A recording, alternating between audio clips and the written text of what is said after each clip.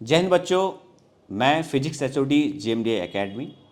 आज इस वीडियो के माध्यम से मैं आप लोगों को बताना चाहूँगा कि जब बच्चा आईएमसीटी के लिए प्रिपेयर करता है तो अगर मैं फिजिक्स सेगमेंट की बात लेके चलूँ तो वहाँ पे वो क्या क्या मिस्टेक्स करता है। यानी कि आपका जो प्रिपरेशन टाइम है बहुत कीमती है। जब डे वन से बच्चा फिजिक्स के नोट्स बनाने शुरू करता है, पहला मिस्टेक बता रहा हूँ कि जब आप नोट्स बनाते हैं, क्लास में आप जाते हैं तो आपका ये प्रॉब्लम रहता है, यानी बहुत सारे बच्चों का प्रॉब्लम रहता है कि हमें नोट्स कैसे बनाने हैं। जनरली बच्चा क्या करता है कि क्लास में जो टीचर ने बोर्ड पे लिखा है, सपोज टीचर ने जो डिक्टेट किया, आप उसी को एज इट इज़ लिख देते हैं।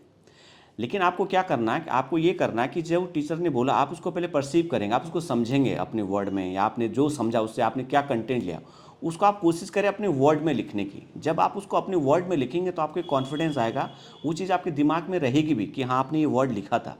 क्योंकि जब आप फाइनल में, जब आपका एग्ज़ाम आएगा उससे पहले जब आप उस नोट्स को खोलेंगे रिवीजन के तौर पे, आपको समझने में बहुत आसानी होगी। बजाय इसके कि अगर आप टीचर का एज इट इज़ वर्ड लिखते हैं, वो वर्ड समझना वहाँ पे थोड़ा सा मुश्किल कर जाएगा। ऐसा क्यों बोल रहा हूँ, क्योंकि आपका सब्जेक्टिव पेपर नहीं, आपका ऑब्जेक्टिव पेपर है, और ऑब्जेक्टिव में कंसेप्ट को समझना बहुत ज़रूरी है। तो कंसेप्ट समझने के लिए आपको उसका कंसेप्ट आना चाहिए कि इनको टॉपिक किस किस प्रकार से पूछा गया था, उसका क्या समरी थी। दूसरा प्रॉब्लम रहता है कि जो बच्चे की बेसिक स्किल्स होते हैं, बेसिक स्किल्स मैं यहाँ पे ये बात करना चाहूँगा कि आपको अपने उस टॉपिक को समझने के लिए कितना टाइम चाहिए। आप उसका कंपैरिजन किसी और बच्चे से मत करिए कि इस बच्चे ने तो ये टॉपिक 2 घंटे में कर लिया था और मुझसे ये टॉपिक 4 घंटे में हो रहा। अगर आप ऐसी कंपैरिजन करेंगे तो आपको दिक्कत हो जाएगी। आपको अपना बेसिक स्किल्स देखना है कि मैं इस टॉपिक को समझने के लिए कितना टाइम ले रहा हूँ और मैं उसके लिए कितना टाइम मैनेजमेंट कर पा रहा हूँ। तो दो चीज़ें, जो पहला मिस्टेक है, एक नोट्स होगा, दूसरा हो गया बेसिक स्किल्स। इन दोनों के बारे में बच्चे को पता होना चाहिए। दूसरा जो मिस्टेक है कि बच्चा क्या करता है कि उसे पता है कि मैं कॉम्पिटिटिव एग्जाम के लिए जा रहा हूं, तो वो क्या करता है कि सीधे क्वेश्चन लगाने की प्रैक्टिस पे बैठ जाता है। होना ये चाहिए कि आपको अपने बेसिक्स पहले क्लियर करने बेटा, कि सपोज करो फिजिक्स में बात करूंगा कि फंडामेंटल फिजिकल क्वांटिटी है कि आपको पता होनी चाहिए। कितने प्रकार के यूनिट सिस्टम होते हैं, एसआई सिस्टम है या सीजीएस सिस्टम है, कैसे एक सिस्टम को दूसरे सिस्टम में कन्वर्ट किया जाता है, ये बेसिक्स हैं। वेक्टर कौन सी क्वांटिटी है, स्केलर कौन सी क्वांटिटी, जब तक आपको ये चीज़ें पता नहीं होंगी आप न्यूमेरिकल नहीं बना सकते। आप न्यूमेरिकल छोड़िए, आप किसी भी थ्योरेटिकल कॉन्सेप्ट को भी नहीं पकड़ सकते। तो यानी कि आपको अपने बेसिक्स पता होनी चाहिए, आपको पता होना चाहिए मेरा बेसिक्स क्या। अगर आपके बेसिक्स वीक हैं तो पहले आप उस पर काम करिए। आपको पहले बेसिक्स सीखने पड़ेंगे कि फिजिक्स में क्या क्या बेसिक्स हैं। जैसे मैंने आपको एग्जांपल दिया, वेक्टर हो गया, फिजिकल क्वांटिटीज़ हो गई, यूनिट कन्वर्जन हो गया, रिलेशन हो गए, कैसे डायमेंशन निकाला जाएगा, ये सब चीज़ें आपको पता होनी चाहिए। थर्ड मिस्टेक जो बच्चा करता है, उनका टाइम मैनेजमेंट बहुत बड़ा फैक्टर है। टाइम मैनेजमेंट में इसलिए कह रहा हूँ क्योंकि फिजिक्स का वेटेज आईएमसीटी में 50 क्वेश्चन है। आप लगाइए आउट ऑफ 200 में से 50 क्वेश्चन फिजिक्स के आते हैं, तो वेटेज अच्छा खासा वेटेज मैं मान सकता हूँ। यानी कि आपको ये पकड़ के रखना है कि मुझे फिजिक्स के लिए कितना टाइम देना। पूरे दिन में अगर आपके पास 24 आवर हैं, 24 आवर में से सर मैंने दिए फिजिक्स को 2 आवर दिए, ऐसे आप मैथमेटिक्स में ले लीजिए, किसी और सब्जेक्ट में ले लीजिए। बहुत सारे बच्चे क्या करते हैं कि उनको जिस टॉपिक में मजा आ रहा होता है ना, सपोज करो फिजिक्स में मैंने कोई टॉपिक ले लिया जिसका वेटेज बहुत कम है, मैंने ले लिया इलेक्ट्रोमैग्नेटिक वेव का कोई एक टॉपिक ले लिया। अगर आपको इलेक्ट्रोमैग्नेटिक वेव पढ़ने में मजा आ रहा है, इसका मतलब ये नहीं कि आप सही डायरेक्शन में हो।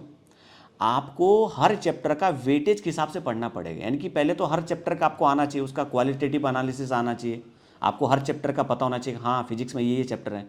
फिर हमको देखना पड़ेगा कि इसका कितना वेटेज है, मुझे इसके लिए कितना टाइम अलाउट करना चाहिए। ऑप्टिक्स है, काइनेमेटिक्स है, न्यूटन्स लॉज ऑफ मोशन, ये ऐसे चैप्टर हैं जो वेटेज रखते हैं अपने आप में। यानी कि इसके लिए आपको ज़्यादा टाइम देना है, इनके लिए आपको ज़्यादा मेहनत करनी, बजाय इसके कि आप इलेक्ट्रोमैग्नेटिक वेव में मुश्किल से 1-2 क्वेश्चन आएगा, ये क्वेश्चन आएगा वो भी थ्योरेटिकल क्वेश्चन आएगा, और आप इलेक्ट्रोमैग्नेटिक वेव में 5 दिन दे रहे हो और न्यूटन्स लॉज ऑफ मोशन में 4 दिन दे रहे हो, तो ये तो सही नहीं है। तो इसलिए आपको टाइम मैनेजमेंट का भी ध्यान रखना पड़ेगा कि मुझे किस टॉपिक में कितना टाइम देना है। फोर्थ जो मिस्टेक बच्चा करता है कि जब आप किसी कंपटीशन एग्जाम के लिए जा रहे होते हैं, मैं आईएमसीटी की बात ले लूँ, तो सबसे पहले हमें पता होना चाहिए कि हमारा जो एग्ज़ाम का लेवल है, क्वेश्चन का लेवल है, उसका लेवल क्या है। टफ लेवल है या मॉडरेट लेवल या बहुत इजी लेवल है। अब सर ये पता लगेगा कहाँ से, तो बेटा जी ये पता लगेगा प्रीवियस ईयर के जो आपके पीवाईक्यूज़ हैं, जो पिछले 2025 में क्वेश्चन पूछे गए हैं, 2024 में क्वेश्चन पूछे गए हैं, उन क्वेश्चन के बेसिस पे हम ये जज कर पाते हैं कि हाँ मेरे एग्ज़ाम का लेवल ये है, मुझे इस लेवल से पढ़ना है।